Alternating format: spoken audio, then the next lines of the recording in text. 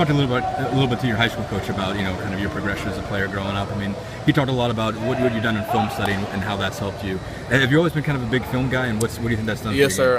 Even throughout high school, not even with football, just any sport I played, I watched film, whether it was basketball, baseball, anything like that.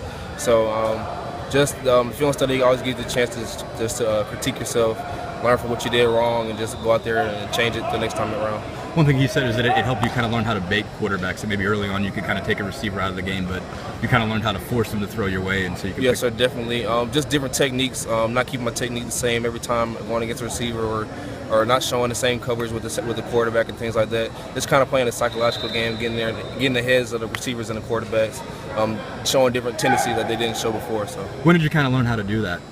Like I said, just a lot of film study, reading a lot of receivers' routes and stems and how they come out the huddle and things like that.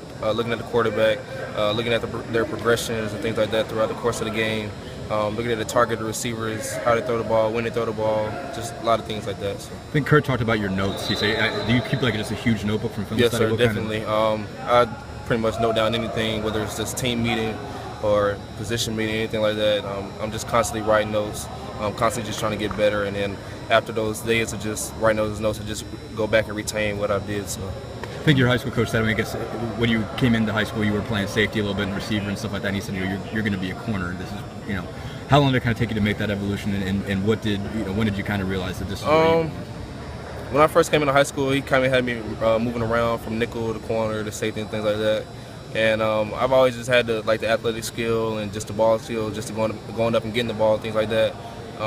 It took me a minute to get to corner because in middle school and things like that, all I really played was just offense. I grew up playing quarterback and running back and receiver, things like that. So the times that you just stand out there, just getting the techniques down and things like that, and over time just practicing things like that came natural to me. So.